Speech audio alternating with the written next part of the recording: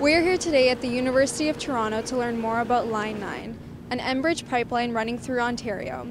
It has many people here today worried about the exploitation of Canadian resources and the effects it will have on surrounding areas. It's just like right there, and then the community, I don't know how close that is. It's like across the road, I guess. It's across the road from the community. It comes above ground, where Enbridge says it doesn't come above ground and close to any community, but it does to the reserve. So maybe that doesn't count as a community. I don't know. The first stage of this Line 9, by the way, will go through communities that have 9.1 million people in it, and that's just the Canadian part of the Canadian arm. And it will travel through pristine wilderness, parks, lakes, rivers, and so on. This is all about allowing the growth of the tar sands, taking that bitumen and putting it through pipelines and sending it around the world. I think the other issue we've got to address openly is the fact that Atlantic Canada and Quebec are importing energy from places where there is great damage being done. And so it's not a question of exchanging one for the other, but really committing to an alternative energy future for all of us. I do want to take a couple of minutes just to remind us what the Harper agenda is, because I think it is very clear.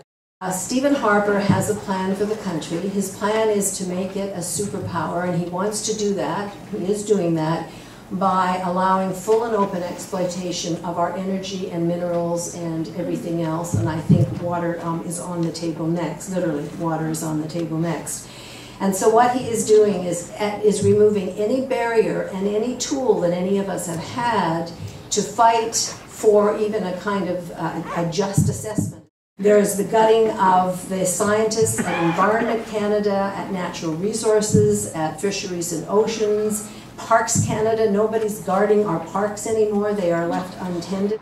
They don't like science. They don't like evidence, because evidence leads to proof, which leads to better law than when you're just making law on ideology. They've gutted the environmental assessment process. They've gutted the Navigable Waters Act. They've put 32,000 lakes in jeopardy in this country. It means that pipelines can pass without any form of regulation, regulatory oversight whatsoever. These are all slaps in the face. And they're slaps in your face because it means that the people in your boat are not recognizing the treaties. So they're slapping me and they're slapping you because they're dishonoring you too. You're involved in this. And the only way to really get involved is raise your voice and start uniting and working together. And that's what we're planning on doing, is working together. Am I right? Yeah.